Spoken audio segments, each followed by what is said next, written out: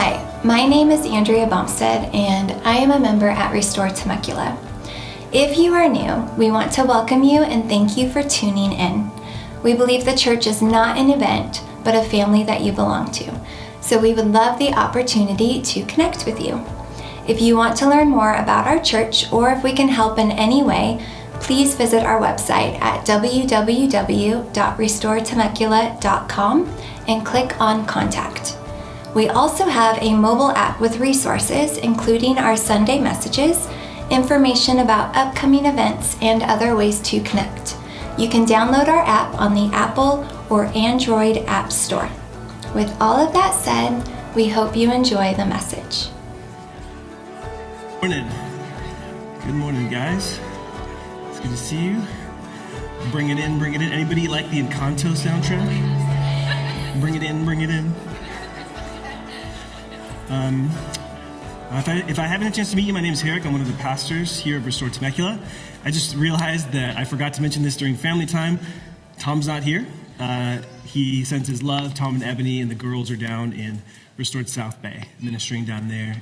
If you don't know, if you're new, Tom is our lead pastor, and Restored South Bay is one of the churches that's a part of our family of churches. Restored is a family of churches. We're just one of several.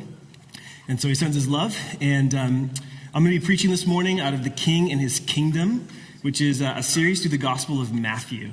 And we're actually diving into chapter 4 today, which is anybody else amazed by how quickly we're working through this? I still think it's going to take 5 years, but at this point we're making good progress. So if you haven't been around, I can give you kind of the short version of what we've covered. So far, we've seen a lot about Jesus, who he is, the King and his kingdom. And we've seen him honored.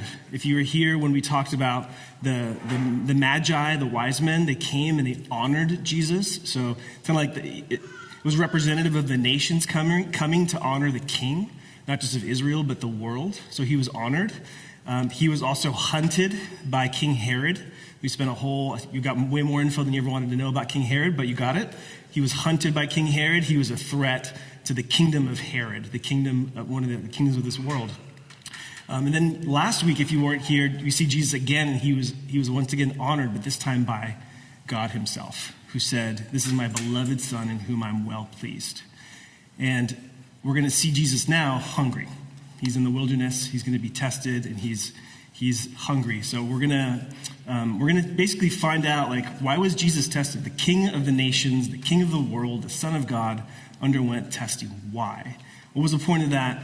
What does it mean for us? We're going to unpack all that today. So before we do, let's pray, and then we'll dive in. Father, thank you. Thank you for this morning.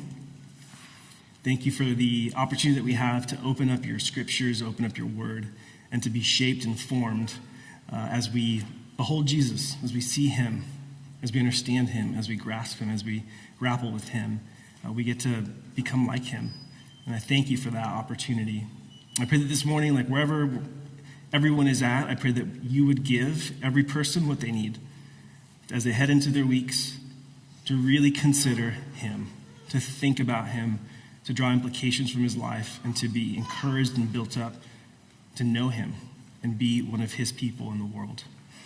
We love you. We thank you. I pray that you'd help me. You'd help me get really share what I think you've put on my heart, and then kind of move out of the way so that you can do what only you can do. Transform hearts. Make us new. God, we love you and we thank you. And it's in your son's name we pray. Amen. Okay. What is the hardest time of a person's life? What is the hardest time of a person's life? The answer is 6th grade, pretty much for everybody. Junior high, most difficult time I've ever faced. And I had many, many, many failures during that time. My favorite failure was actually in the 6th grade. I was swept up into a cheating ring that got caught. I'm going to tell you that story here in a second. Basically, here's what ended up happening. I lived in southern Puerto Rico for a long time. I moved to Southern California to go to school in San Juan Capistrano at the mission down there.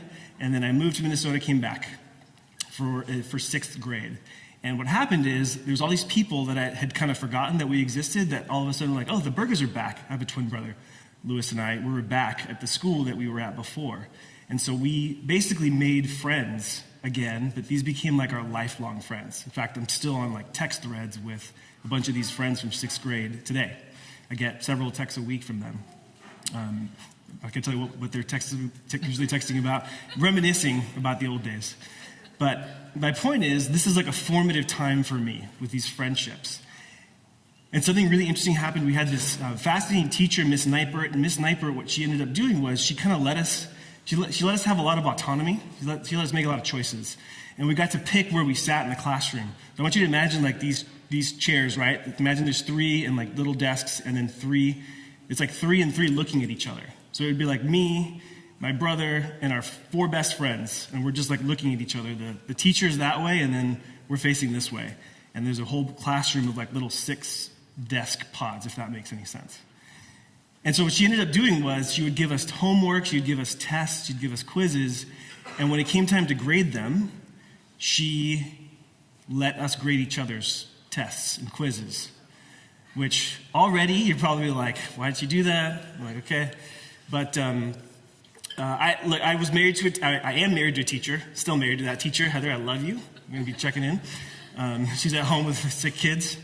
I am married to Heather, who was a teacher, and so I know that grading gets gnarly. If you have a home life and stuff, it takes a long time to grade these papers. So anyway, so she had us grade each other's papers. She did something really interesting. She had us grade each other's papers. She didn't have us turn those papers in. She just had us tell her what we got on the homework or on the quiz or on the test. Some of you already know where this is going. But basically, we discovered fairly quickly that you didn't have to do any of the homework, quizzes, or tests, and you could just say, oh, I got a 95. Shucks, 19 out of 20. I missed that one vocab word. I thought anthology meant anthology, the study of ants. Oh, I'm going to get it next time. Like that could literally be the conversation that I would have with my teacher. And I'd get a 95, even if I didn't do anything. And so this happened, and it happened, and it happened. It just became the way that things were in that 6th grade classroom. And then one day, she was like, okay, turn in your tests. After, we had said our grades and stuff like that. So it was one of those moments where I was like, like the whole class, it was just like silence. The cheating ring was over. Needless to say, it was done. What's the point in telling you this story? There's a whole lot of kids in detention, like a whole class basically full of them. As I was thinking about the particular passage that I'm going to be teaching on today, I was really drawn to this story. Clearly, I like talking about myself, so I'm going to tell you stories about my life. But also, I think there was something like deeper that was happening there. There was a test, and it revealed what was already there. That test revealed what was already there, basically in secret. And the reality was that my formation as a student was more like fiction than fact. It just wasn't really happening. Did I actually do the work? The test showed that no, I didn't do the work. And as I was thinking about it this week, it's because I wanted grades without really grinding. I wanted the 6-pack without sweating it out.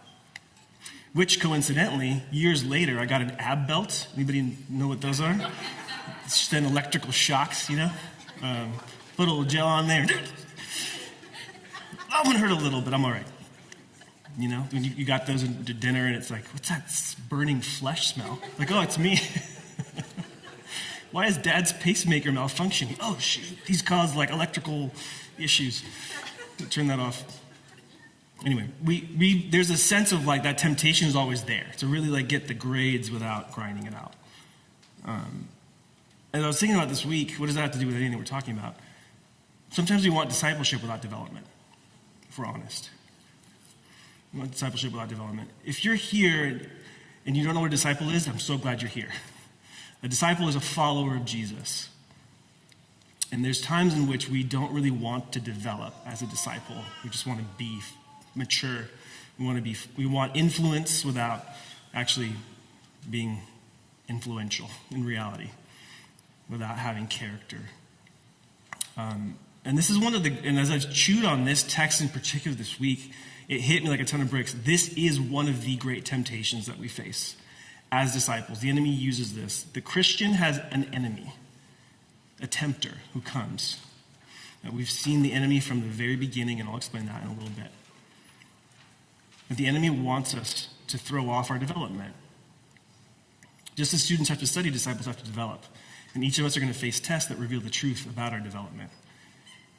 It's sort of like that 6th grade test that I was telling you guys about. It's sort of like we have to show our work. And when that moment comes, the test comes, it's like when the teacher was like passing your grades, passing your homework, or your test or whatever it was, there was nowhere for me to hide. Like nowhere. If I had been smart, I would have had my friend like fill in the answers as she's giving them, because she would call out the answers and then you grade it. But we got so lazy that we just stopped doing that. And they would just blank. That's not my point. The point isn't to keep the cheating thing going, but yeah, this is not like, how do you cheat better?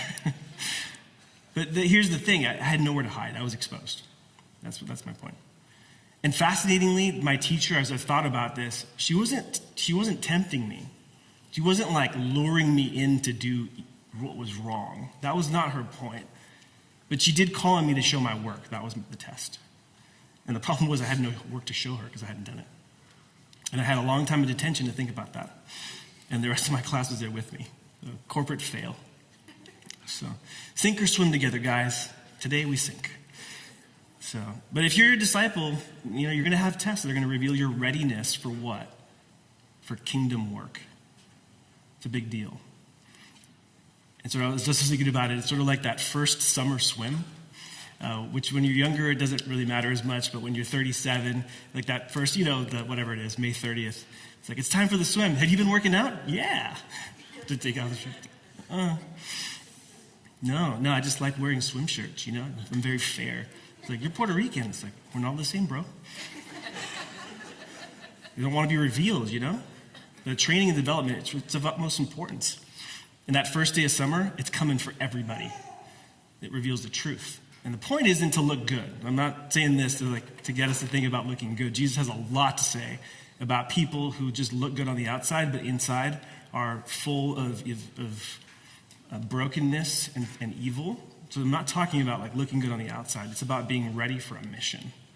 Every disciple is being developed for a mission. One of the things I've been thinking about all week is Navy SEALs. Anybody ever seen the Navy SEALs training out in San Diego? Anybody know? We got one. Okay. So they train down there. Yeah, Mark back there. They train down there, and they go through crazy, rigorous training.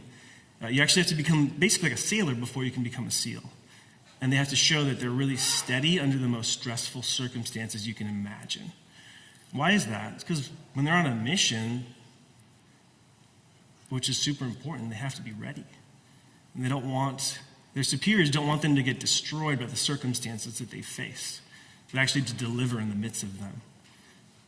And you really can't fake it as a SEAL. You can't fake your formation as a SEAL and eventually get on a mission and be like, yeah, I'm ready for this. Like, no, you'll jeopardize the mission and your team. And the test, it reveals the truth of a disciple's training, a disciple's preparation for the kingdom. So today we're going to explore Jesus' test and find out what he was made of, and then what it means for us as disciples as we face our own test. If you have a Bible, jump over to Matthew chapter 4. If you don't have a Bible, we're going to have all the verses up here. So the test reveals the truth about our trust. By the way, today, I'm either going to animate you or annoy you with alliterations. Just telling you that right now. This is not how it usually goes, but that's how it's going to go today. All right? So here's what's happening. Here's what's happening. If you aren't familiar with this, that's a great thing. I'm going to break this down. In the Bible, from basically page 3 on, there's this reality that God is a God of generosity and goodness and kindness, who wants to guide us into the good life, okay? And he's basically saying like, be with me, get around me, grow with me. I'm going to give you good things, and then you're going to give your life for other people. That's ultimately what's at the heart of God over and over and over and over again. You see it from the beginning with Adam and Eve even. And then what happens? There's a tempter. There's a tempter. In the garden, represented by the snake, by the serpent. You could get really hung up on, like, scientifically. It's like, that's not the point of the story. Like, listen to what the story is saying. You have a tempter. You have a God who's generous and offers you the good life with him, to extend the blessing of life with him out into the entire world, the blessing of Eden out there into the entire world. And the tempter comes around and he basically says, like, hey, does God really have your best interest at heart? Look at your circumstances. Look at your circumstances. How could God be good if things aren't so great for you? Things are falling apart in your life, in your world, or God's holding out on you, and he wants you to be what? He wants you to be faithful, live with less than other people, give this up. He wants you to wait. Who waits? Especially now, we have smartphones accompanying us whenever we, like, who waits? Why would God want you to do that? Why would he want you to trust him when things are terrible? How could he expect that of you? And that happened to Adam and Eve in the garden in many ways. Who else did that happen to? What people were called specially by God to be his representatives in the world? Israel. It's the same exact thing. What happened to them, which is what happened to Adam and Eve, they felt deprived of something. Adam and Eve were deprived of food. You can't have that particular fruit from that tree. You can have any other, you can't have that one. Israel was deprived of food in the wilderness. They're hungry. God saved them and sent them on a journey to meet with him, and they got hungry along the way. They were deprived. So what was the test? Will you depend when you're deprived? Adam failed. Israel failed. Adam's representative of humanity. This is a human failure, a corporate failure. We repeat their error. If you guys were here when we did the whole Herod fire hose of Herod on everybody, of Herod's life, one of the things that Tom mentioned at the end, which I thought was so helpful, is he summarized it like this. It's that idea that, like, I know better. God, I know better. I know better than you do. And that's the temptation. And the enemy's going to be like, yeah, you do know better. Let's go. Let's get out of here. And so there's a sense of, like, walking away from his goodness, from his generosity, from his grace, and the good life that he gives us into something else because we feel like God's not good in the midst of it. And the test reveals the truth about our trust. And when we're deprived, it reveals if we're dependent or demanding. When we're deprived of things we feel like we need, it reveals whether we're dependent on him or demanding. Israel was demanding, as you may know. There's a sense of pride and entitlement that they had. We deserve better, we know better, and they walked away. Let's see how Jesus handled his test. You guys ready for this? Matthew 4, verses 1 to 11 says this. Then Jesus was led up by the Spirit into the wilderness to be tempted by the devil. That word is translated as tempted. Really, it's a lot smarter people that are Greek experts. They'll tell you, it could be translated as tempted or tested. Tempted or tested. And I think temptation, in our context, that word oftentimes has this sense of, like, you're being lured to do evil. And it's like, how could God lure Jesus or anyone to do evil? He doesn't do that. But he does test us to reveal what's true about us, about our trust. So think of it that way. It's going to help you make sense of this passage. So the Spirit of God led Jesus into the wilderness to be tested by the devil. After he had fasted 40 days and 40 nights, he was hungry. 40 days. I want you to think about that. How many meals typically do you have in 40 days? 120. How many snacks do you typically have in 40 days? 720 to 1,000, right? I want you to imagine for a moment, what are the conditions in which you get really annoyed? Heat, hunger equals hanger, right? Now I want you to imagine Jesus. And I can get hangry after 2 meals. How about 120? I think I'd start to lose it after, like, missing out on snack 6 or 7. And he was on 700. So that's where Jesus was at. He was hungry. In fact, doctors, I don't know who, somebody who knows the human body better than I do, was quoted as saying that around 40 days, if you fast for that long, that's about the time when your body will start to break down and have like irreparable damage. So Jesus was on the brink. Verse 3, the tempter approached him and said, look at this timing, the tempter. You're on the brink, you're lowest, most vulnerable, weakest. If you are the Son of God, tell these stones to become bread. If you are the Son of God, tell these stones to become bread. And he answered, Jesus answered, it is written, have some yum-yums, you deserve it. Like you've been working hard, you deserve a break. And Jesus answered, it's written, man does not live on bread alone, but on every word that comes from the mouth of God. Did Jesus have the power to turn the stones into bread? He did. Well, how do we know that? Keep reading Matthew. He multiplies. He makes bread multiply. He's got power. What does he not have? Permission. Because this was the time that God appointed for him to eat, not fast. He doesn't have permission, not yet. But we'll see what God does, how he takes care of him. Verse 5. Then after that, so that was a fail for the devil. Didn't work. So the devil took him to the holy city, to Jerusalem, to stand on the pinnacle of the temple and said to him, if you are the Son of God, throw yourself down. For it's written, he will give his angels orders concerning you. This is Psalm 91. And they will support you with their hands so that you will not strike your foot against a stone. And I'm going to unpack that temptation a little bit. But Jesus told him, it's also written, do not test the Lord your God. Don't put him to the test. So there was an offer, an enticement there that the devil gave him in the midst of his anonymity. Jesus was anonymous right now, and he was saying, take your prominence, take your place now. But Jesus saw it as a test of the Lord. He was like, I'm being tested, not him. Verse 8, again, that didn't work. So the devil took him to a very high mountain and showed him all the kingdoms of the world in their splendor. And most likely what's happening here is a vision. So don't think like Satan took him by the hand and spread out his cape and flew. Like, it's not that. It's a vision. The devil took him to a very high mountain, showed him all the kingdoms of the world in their splendor. And he said to Jesus, I will give you all these things if you will fall down and worship me. So, first temptation didn't work. Second temptation didn't work. Okay, Satan's just gonna, here it is. Here's what I really want. I want your worship. And I'll give you what's yours if you give me what's mine. And then Jesus told him, go away, Satan. Get out of here.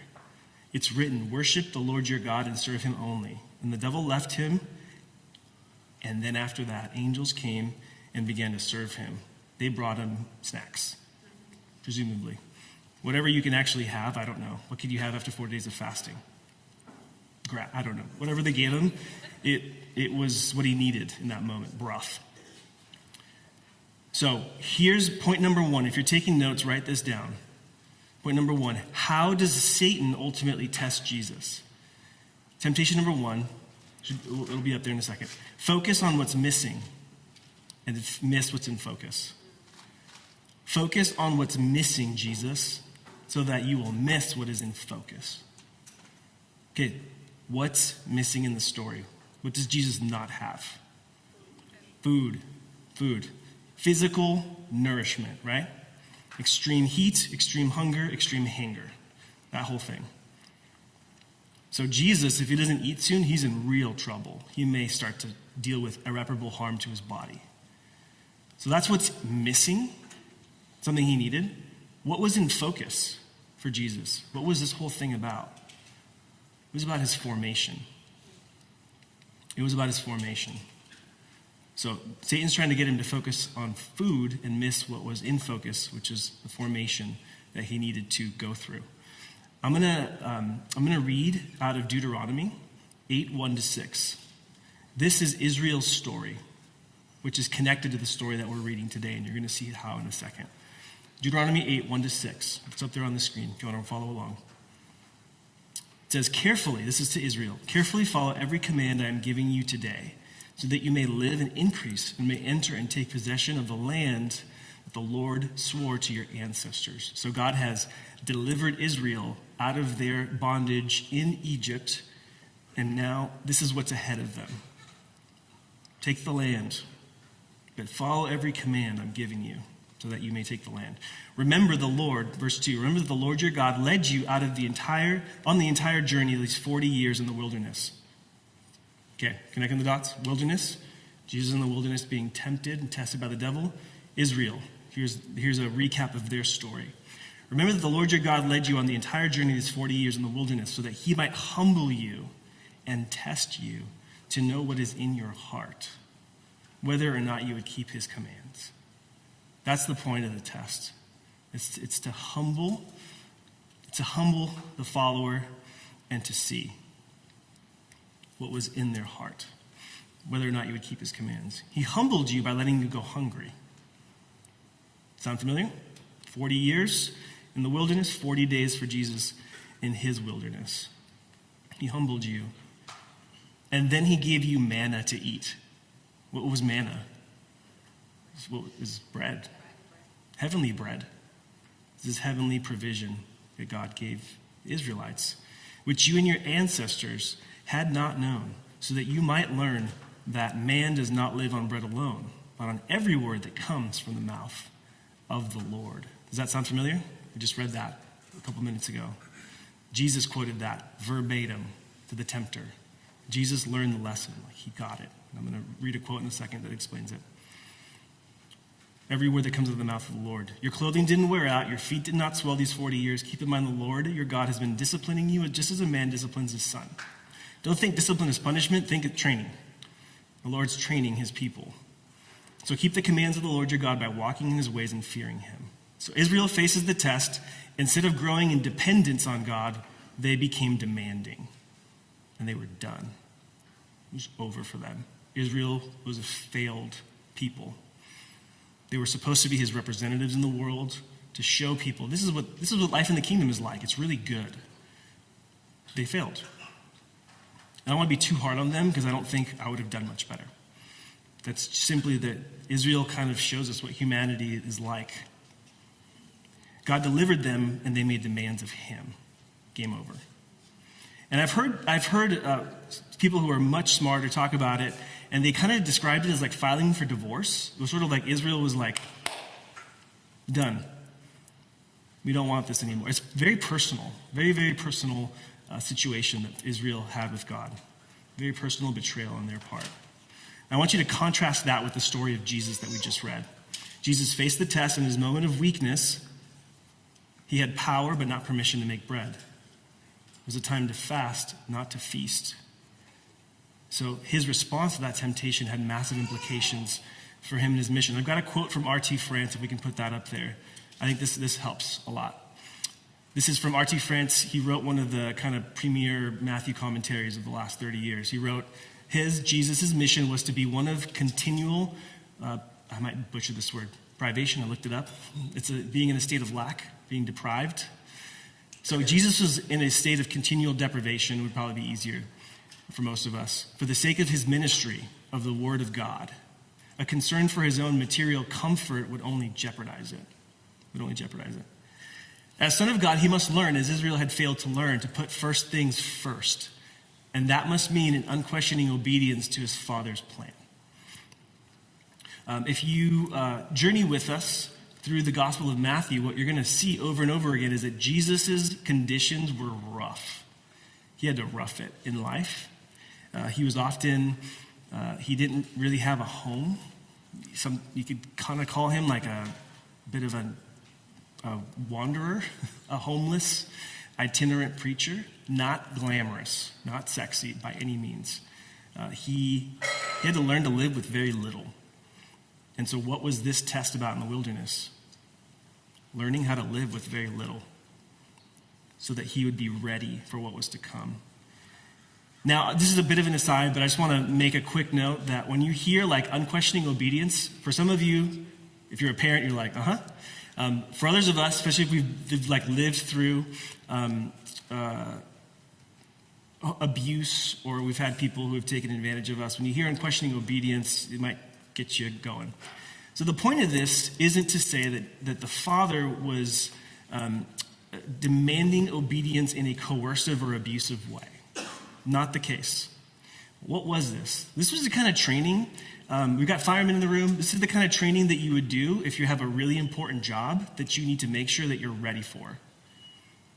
I don't remember where it was. When I was growing up as a kid, we used to go to Angel Stadium, and there was this building. Does anybody know what I'm talking about? Yes. They did training there, right? You guys that are nodding? Yeah. So why? What was the point of that training in the building? Was it to just put firemen through hell? Well, what was the end goal? They'd be ready, because they had a really important job. They need to understand what to do to help rescue trap people under the command of a supervisor. You guys have captaincy and those sorts of things, right? In your units? Firemen in the room? Yep, they're nodding, so this is true. You have to understand. Could you imagine if we're about to run into a building and the captain's got here's what we're going to do, and you're like, no, we're going to do this instead. What would that do to your teams? Collapse, right? It wouldn't work. And what would the cost be? Lives. So Jesus had to be trained, just like our first responders are trained, to be under the command of a superior and to know what to do, to save lives. That's what Jesus came to do. Imagine a Navy SEAL arguing with their commander during a mission. I see some nodding, and maybe, I don't know, maybe you've seen it. I can't imagine it. I can't imagine it. There has to be trust. There has to be partnership. And so that's what Jesus is getting trained in. He's showing that he's trustworthy, he's dependable. There's partnership, there's privilege in this relationship with God. There's obviously a lot of pain too, because our world is broken. But that's the point of life, is to become God's partner in extending his kingdom out into the world. That was Adam's and Eve's calling. That was Israel's calling. They failed. Jesus, though, didn't. Jesus didn't. But he had to be tested. And we're going to be tempted too, as disciples. You're going to be tempted to focus on what's missing. Well, missing what's in focus, your formation. The enemy's going to try to get you to focus on food, your basic necessities, basic needs, or beyond that, so that you'll miss the formation that God's trying to do in your life. Here's the crazy part. The last 2 years have been marked by loss and suffering and hardship and hard times. Every single person in this room, every single person who will hear this message will just nod their head and be like, yep, we've lost a lot. It's a reminder, we all lose things. Sometimes we lose something we value. Sometimes we lose people that we value through the loss of relationship or loss of life. There's loss of health. There's loss of income, status, and reputation. There's respect that we lose sometimes. Sometimes our standing in our workplace, our community, we lose that. Our family. When you follow Jesus, all these things get pushed and tested all the time. Sometimes we deal with food insecurity, housing insecurity. The list is long. But here's the test that we all face. Will we depend on God when we're deprived of everything else? Will we depend on God when we're deprived of everything else? And if we don't pass that test, we won't be fit to serve as God's partners to spread this kingdom throughout the world. The test will reveal the truth about our trust. The test reveals the truth about our trust. We have to learn how to depend when we're deprived. We have to. When we don't do that, then we give in to temptation number one. If you guys could put that up there one more time. Temptation number one, to focus on what's missing and miss what's in focus. That's the temptation, first one. But it's not the only one. Temptation number two came, which was to take a shortcut to get your needs met. Take a shortcut to get your needs met. Did you notice that Satan offered a bunch of shortcuts? What were they? You guys could throw the slide up there with the satanic shortcuts. Okay, Jesus turned stones into bread. What was that about? Focus on your food, not your formation. Focus on your food, not your formation. Hey, Jesus, throw yourself off the temple. Take your crown without the cross. Take your crown without the cross. You don't need to suffer. Why wait? It's yours. Because if he had jumped off the temple, what would that have drawn? Another C word. A crowd. Right? The crowd. Take the crowd without the cross. And then worship me. Once the first two don't work, he's all right, guns blazing. I'll give you what you want. You give me what I want. And that was for him to choose his destiny, which he was the king of the nations. We've already seen Jesus honored as the king of the nations. That's why the Magi came. That's your destiny, Jesus. The nations, they're yours. Take them. Take your destiny without your development.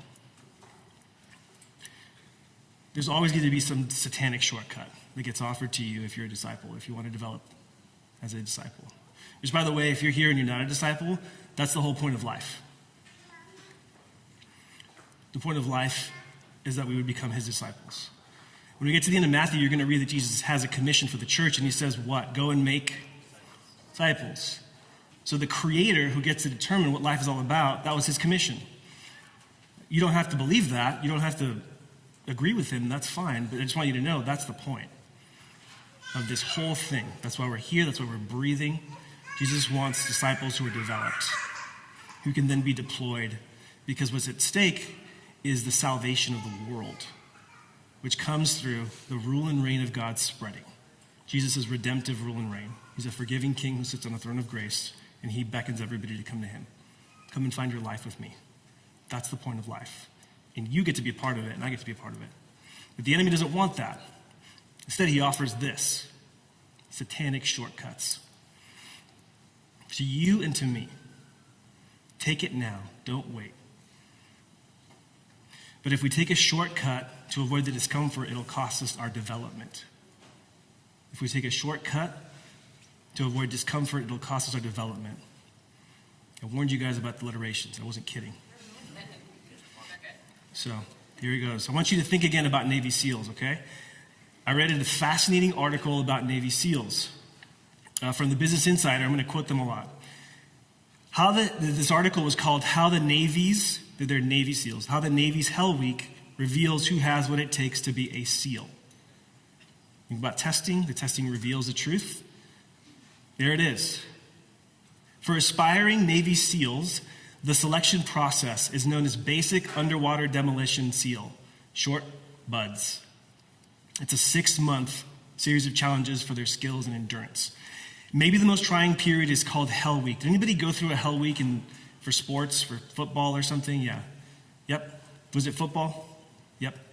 I remember that at school that I went to, there was Hell Week. I remember thinking, glad I'm not there, not doing that. So the most trying period of the Navy SEALs development is called Hell Week. Hell Week is 6 days. So the whole thing is 6 months, but Hell Week is 6 days of just concentrated horrors for potential Navy SEALs. And they get thrown through a gauntlet of constant exertion that shrinks their ranks and reveals what they're made of. It's a test. There's 3 phases. In Hell Week, they put it in phase 1. Nice and early. They get it in. Hell Week lasts 6 days. It's actually a Sunday evening to a Friday morning, during which the students run more than 200 miles. Often with boats on their heads. And I've actually seen pictures of this. They're literally like holding up life rafts. They do hours of physical trainings with logs, which is just, it makes me think of, what's the guy that, strong guy with the logs when we were kids? Paul Bunyan. It's like, we're gonna turn you into, we're gonna see if you got the Paul Bunyan, the stuff, whatever. Logs, literal logs is what they give you, and boats to lift over your head. And it's cold, it's wet, it's sandy. Do you know how much sleep you get during the week, during Hell Week? 4 hours, not per night, 4 hours throughout the week. And they're running it's 45 miles a day. I had some fun with math. It's 45 miles a day. Do you know how far that is if you were to run from here to somewhere? That's from here to Encinitas every day. You're running. Not once, not twice, not thrice, not whatever 4. It's crazy. And here's 3 things that they do. This is just a little taste, a sampler platter. They do Around the World, which is roughly a 12-hour boat race that involves miles of paddling. The fact that students are already hallucinating, they're hallucinating. Because of the lack of sleep makes you hallucinate. Due to the sleep deprivation, adds a level of difficulty and humor. So the instructors like it. They have fun at their expense. The winning crew gets a little extra sleep. But the other crews, however, get this. They like that part because they're not alone. They're alone most of the week, so it's like we get to be with other people away from the instructors. That's the Around the World part, 12-hour boat race. Then there's the mud flats, 15 hours of various events that take place in a mud flat close to the Buds compound. The mud basically gets into every part of your body. You can use your imagination. And then they do the base tour, which is a miles-long run around the Buds compound carrying 300-pound rubber boats on your heads. You lose your hair because of it. For me, it's like it equals a playing field. Some of us are losing our hair. It's like, okay. But it's like the boat does it. And you eat 8,000 calories a day and you still lose weight. It's like, what's the effect of all this? What do you think the effect of all this is? People drop. 70 to 85% of those in Buds don't make it during Buds. So you're talking about almost everyone. And then 90% in the SEAL pipeline drop out. And on the whole, during those 6 months, they're done. So here's the quote that I thought was so on point. This is from a former enlisted SEAL with time as an instructor. He said that true intent, or the intent behind Hell Week's craziness, is to get down to a man's true stuff, his true identity. Only when you have barely slept for 5 days, use a different word, plus doing crazy evolutions during this whole time, he puts you through the ringer, while being wet and sandy, do you get to know who you really are, to reveal your true colors. The test in the wilderness is Jesus' spiritual Hell Week. Satan offered him several shortcuts. He offered Jesus the opportunity to get the grade without the grind, spiritually speaking. He offered him the spiritual six-pack without the sweat. And he said, you can be a SEAL without the sacrifice. Do you know what Jesus said to that? No. Get out of here.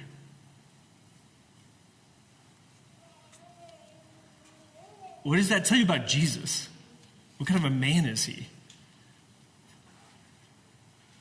In every point where humanity has failed, Jesus didn't. God offered a way out of Hell Week while still becoming a SEAL, and he said no. Jesus faced temptation number 2. If we can throw it back up there again, to take a shortcut to get your needs met. Jesus faced that. And he said no to the shortcut and yes to Hell Week.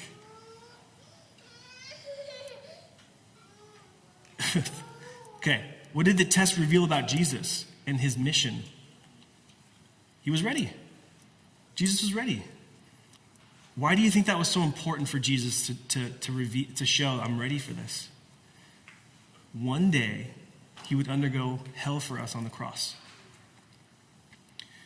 What do people tell Jesus when he's on the cross? Save yourself. If you're really the Son of God, hey, you're the Son of God, huh? King of Israel, King of the nations, come on down from there. If he was ready to stay on that cross. He was ready. He had already said no to the shortcuts. He had already shown it. He'd already demonstrated, I'm ready. I'm not taking shortcuts. And so Jesus was deployed. He was developed. He was deployed. And then he delivered us from sin. He conquered evil. Evil no longer has to have the final say. Shortcuts don't have to have the final say. Focusing on what's missing instead of what's in focus doesn't have to have the final say. Jesus passed the test in the wilderness so he could save us. That was the Father's will. Hopefully that's good news to you today. Jesus endured hell for you. Hell Week for you and for me. He did not take the shortcut. Why is that important again? It took someone totally dedicated to the will of God to save us. If somebody wasn't, they would have taken a shortcut. The testing would have revealed that. And Jesus didn't take it. And so what do we get in all this? When Jesus died for us and he was raised for us, he gives us a whole new status, a new identity, a new power. Who led Jesus into the test? Anybody remember? The Spirit. The Spirit. Who was empowering Jesus during the test? The Spirit. Who was Jesus depending on? The Spirit. Jesus, though being God, he laid aside all his divine privileges and rights, and he lived his life as a fully dependent, submitted human being. In other words, he lived just like we do. And he exchanged. On the cross, he exchanges. He takes our brokenness, our sin, our rebellion, the fact that we've all taken shortcuts, and he gives us his perfect life, his record, his love. And now he's the bread of life. He's our bread in the wilderness. Jesus. So Jesus, when Satan offered him the bread, Satan was basically saying, like, take your nourishment now. And Jesus was saying, he's my nourishment. His words are my nourishment. And so now you and I are in the wilderness, and we get tempted, and we get to say, he's my nourishment. He's my bread. So that you can depend on God even when you're deprived of everything else. For his sake. Lost reputation, guess what? He gives you a better one. You've lost income for Jesus' sake, guess what? He gives you every spiritual blessing in heaven. He's going to give you eternal treasures that don't run out or wear out. Have you lost influence because you have chosen to follow Jesus? He makes you a royal son or daughter in his eternal kingdom. Your royalty. Here's a good one. Have you lost representation in office? At some point or another, for those of us who are very politically inclined, you will. Jesus represents you before God. That do anything for you? Jesus learned to depend on God even when he was deprived of everything else. He was developed, he was deployed, and he delivered as the Messiah. And so the good news is, here's the third thing. If you're taking notes, write this down. God sustained Jesus in his test, and he can sustain you too.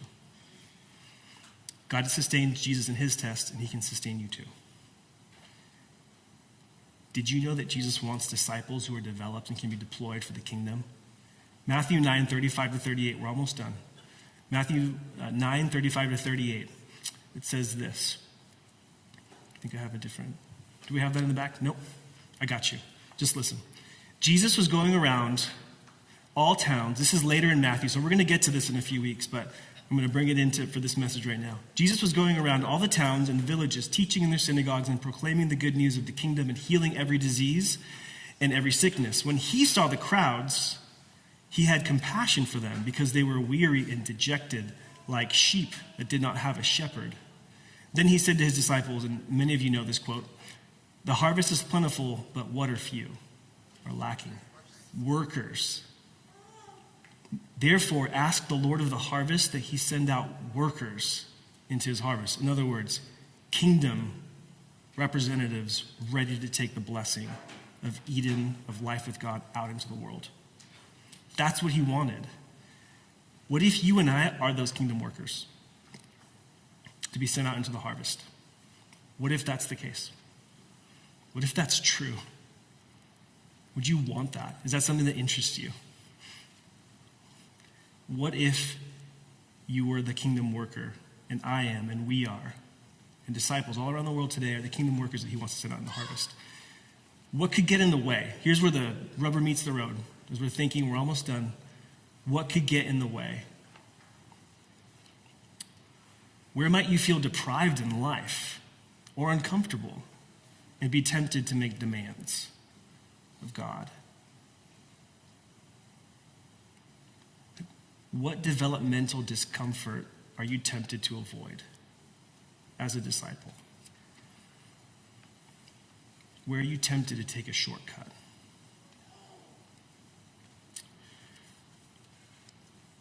I'm just going to offer a couple suggestions. So I think trying to understand our culture, every culture is going to have its own specific temptations. One of the ones that I think is prevalent in our culture is to want deep relationships without revealing yourself. You want to have deep relationships without revealing yourself, who you are. This is not possible. And in order for us to be about this kingdom work, we have to have deep relationships with each other. The kind of relationships where you can say, here's who I am, here's what I'm struggling with, can you help me? And also the kind of relationships where somebody can say to you, hey, I see this in your life, do you see this? And I don't have perfect insight, but I'm concerned, are you? Because this could get in your way, in the way of your development as a disciple. Deep relationships without revealing yourself or being open, just not possible. And kingdom work stalls out. There's a reality, too, that I think we are tempted in our world to kind of design our life without depending on God for anything.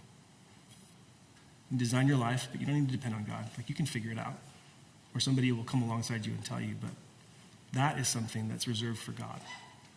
He's the one who's going to develop you and deploy you, and he uses his people to do it.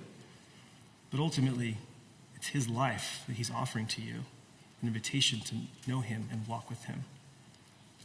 He gets to make those calls. If you're a disciple. If you're not a disciple, you can do whatever you want. Like, you're free. But if you are a disciple, we live on his word. We depend on him to nourish us and to lead us. Now, I want to encourage you. Disciples fail tests all the time. They just fail tests all the time. But God doesn't give up. We're going to get to this in a few weeks' time. Could you throw up the Peter slide real quick? Peter's there for our encouragement, okay? Can't read about Peter without feeling better about yourself. There's a really famous story. Actually, could you put it down for a second? I'm sorry, Marshall. I should have set this up better. It's going to distract you. Does anybody remember who the first person to call Jesus the son of the Messiah was? Outside of God, it was Peter. So there's this moment where Jesus is like, who do the crowd say that I am? Well, you're this person or this person. No, who do you say that I am? And Peter's like, you're the Messiah. And Jesus is like, my boy, that's right. What happens after that, though? Disaster. Go ahead and put it up, Marshall. Peter had the right vocabulary. Son of God, Messiah, right? But he totally missed everything else. Jesus' vocation was to come as a suffering servant who would take up the cross. Peter saw him as a conquering king who would take the crown. You're going to deliver Israel from Roman occupation. Jesus' vision was to save humanity. Peter's vision was like, save Israel. You know, I don't want to get politically cute here, but it's sort of like make Israel great again type of thing.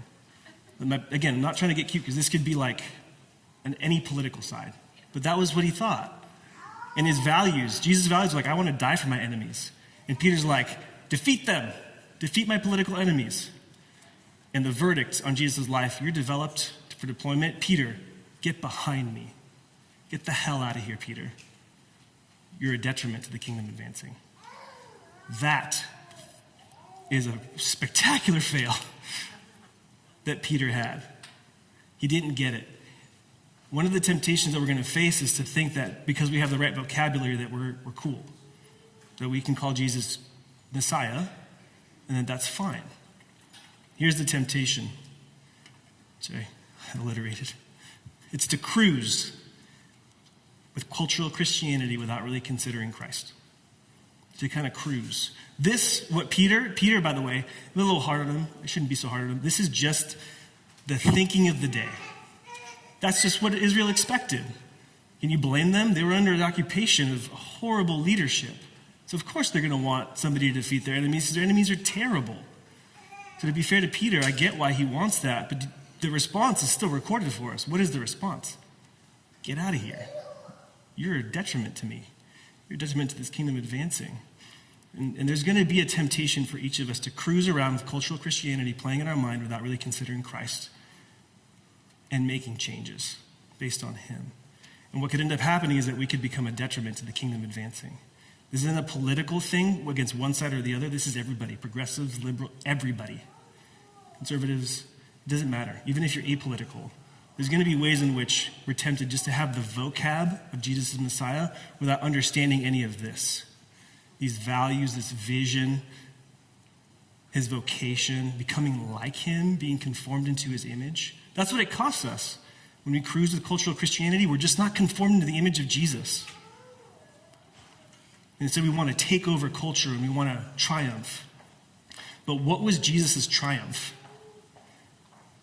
What was it on? It was on the cross, right? Yeah. He triumphed because God sustained him in his test, and in the ultimate test of the cross, he won. So I want to hear what you're like, what's the encouragement there, bro? Disciples failed tests, but God doesn't give up. How did Peter die?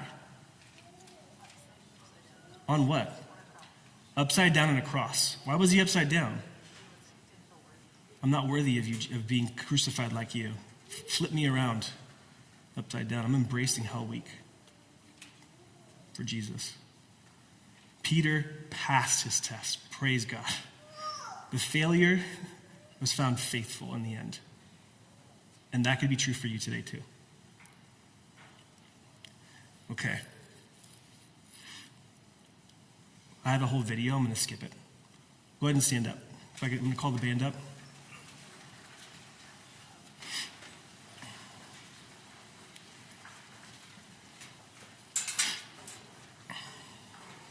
There's one particular part of the Navy SEAL training that involves being underwater.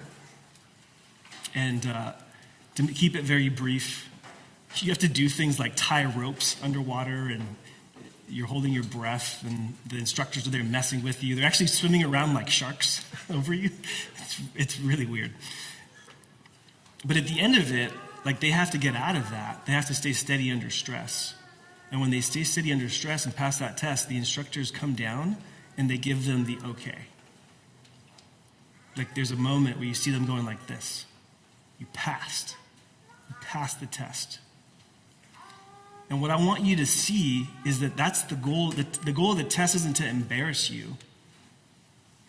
It's so that you'd pass it. And so that in the worst moments, like Jesus, you can get face to face with him and you can go, you're ready. Not to embarrass you, not to put you through pointless misery and suffering. Sometimes life feels like a pointless misery and suffering for anybody else. Is it just me? It's not. It's not. The point is for you to pass, just like Jesus did. That you would be developed and deployed into the greatest adventure you could ever imagine. Life in the kingdom of God. Living with him, partnering with him, extending the blessing of Eden to the whole world until he returns. And I want to close with this thought. Imagine if we were a church of developed and deployed disciples, bringing Jesus' kingdom rule and reign everywhere we go. We people of forgiveness, people of self-giving love, people who, when we're around others, we refresh them. They walked away refreshed because they've had an encounter with someone who carries the kingdom. Values, vision, and they're ready. What would that do to our workplaces, our schools? How would our marriages change? How would our parenting be different if we were ambassadors to our children? How would that affect our sports team, our schools, our classrooms, our neighborhood? I could even dare you to imagine that it could affect our politics, which just seems like the most polarized, If it can affect that, it can affect anything. What if that were true of us? Do you know what would happen? God's will would be done on earth here in Temecula as in heaven. The very prayers of Jesus would be fulfilled in the Lord's Prayer. Do you want that? Do you want that? It's for you. There's going to be satanic shortcuts offered to you. But also, if this story teaches anything, you have lots of support from God's Spirit and his people. So I'm going to pray, then we're going to sing, and I'll be back up in a few minutes. Father, thank you that though the enemy tempts us, to take shortcuts, that you showed us that in your Son, there's triumph. And that we could experience that kind of triumph with him. He's already given us a new status and identity for those of us who believe in him. And now he can actually give us a new power and a new way through this life of development, of deployment, and a life that's worth living. God, we love you. We thank you. Pray that you would do some work in our hearts even now. In including mine. I love you. In your name, amen. Okay, let's sing, enjoy him. I'll be back up.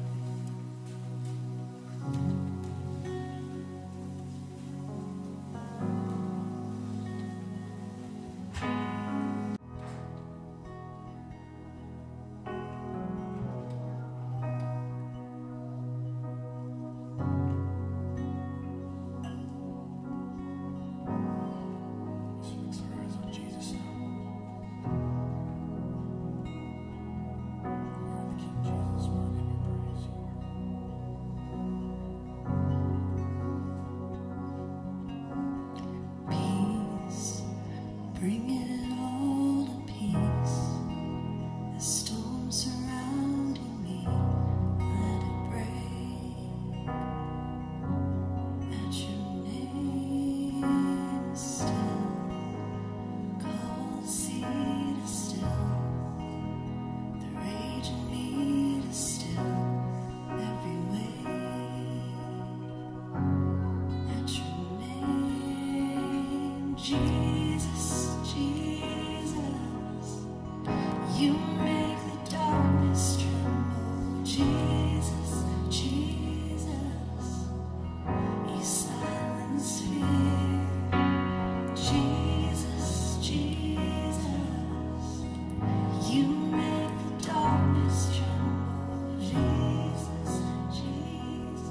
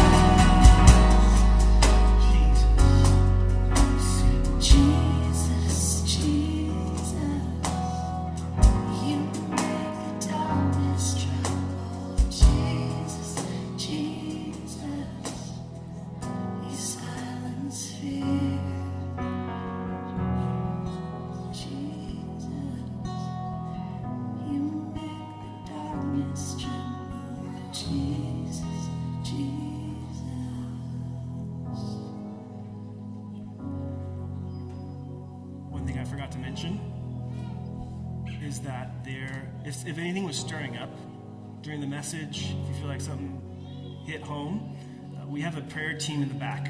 They have lanyards back there.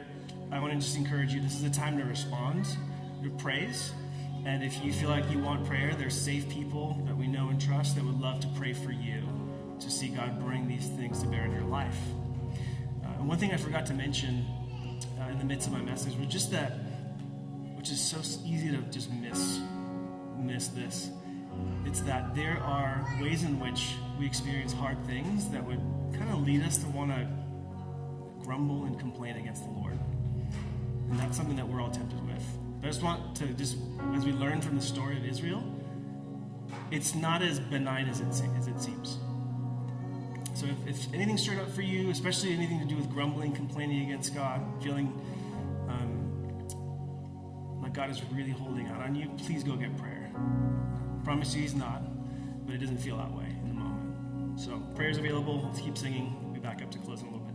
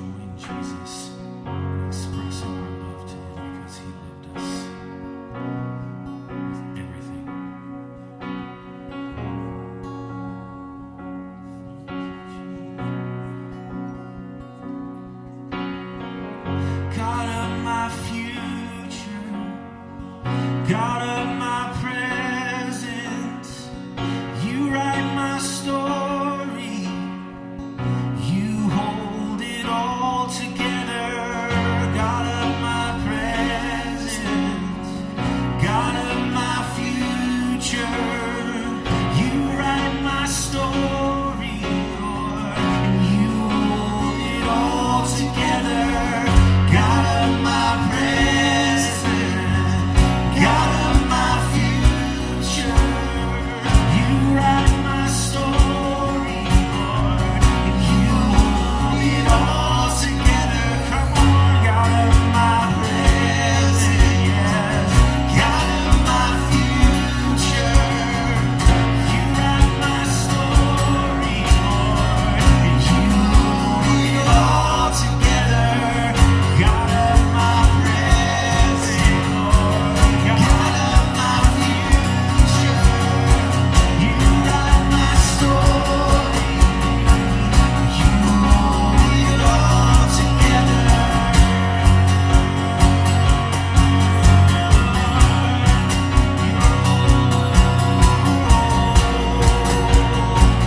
So we sing, you hold it all, yes, you hold it all. You hold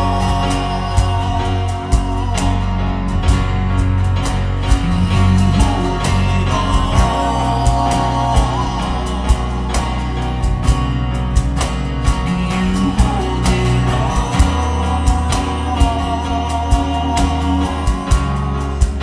Lord, you hold it all.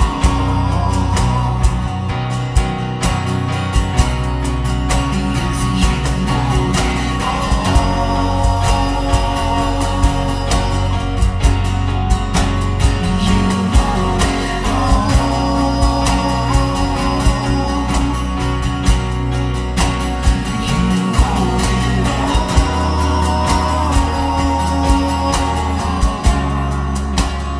You hold it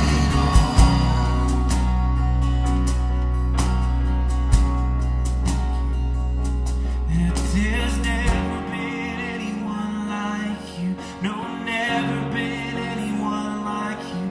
You are worthy, worthy to hold it all. You are worthy, Jesus. Is there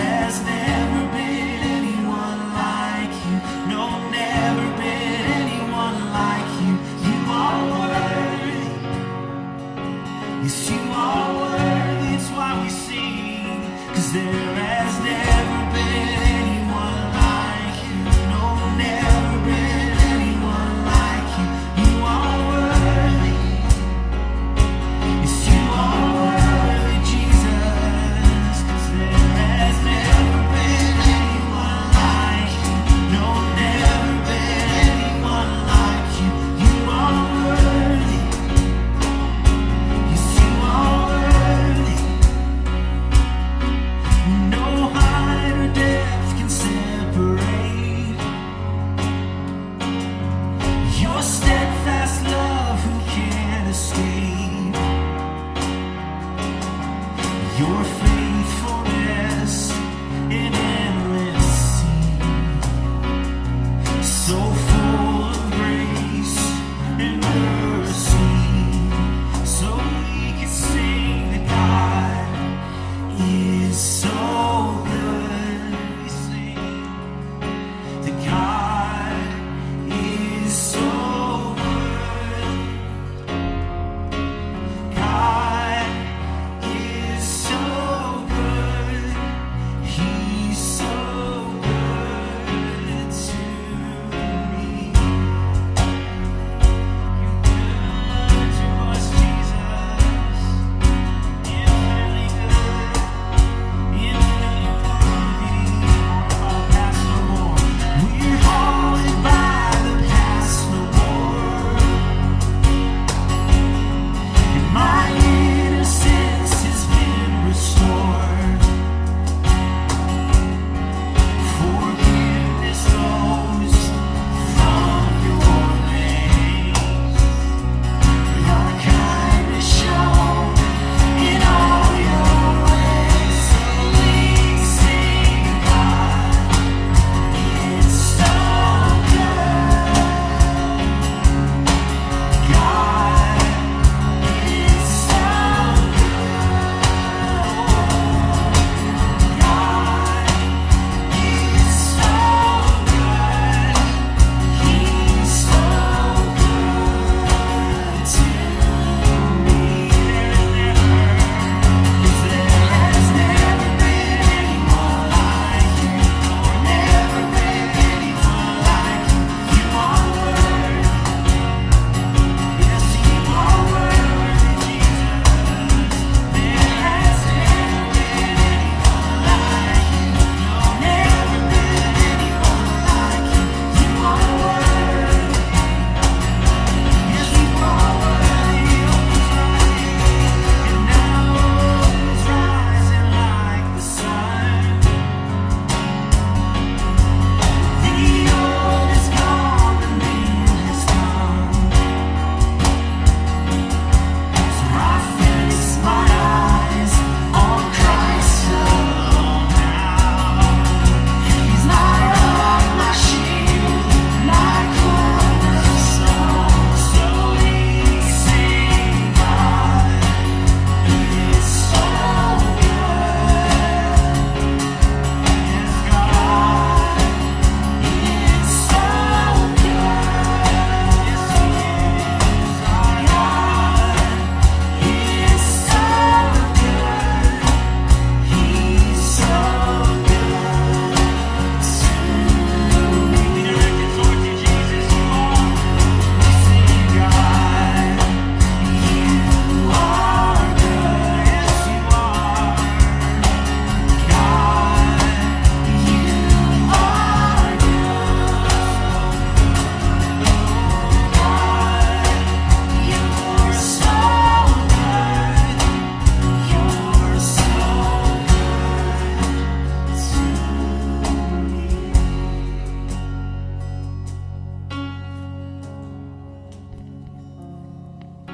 You guys can grab a seat. I'm going to close this up real quick.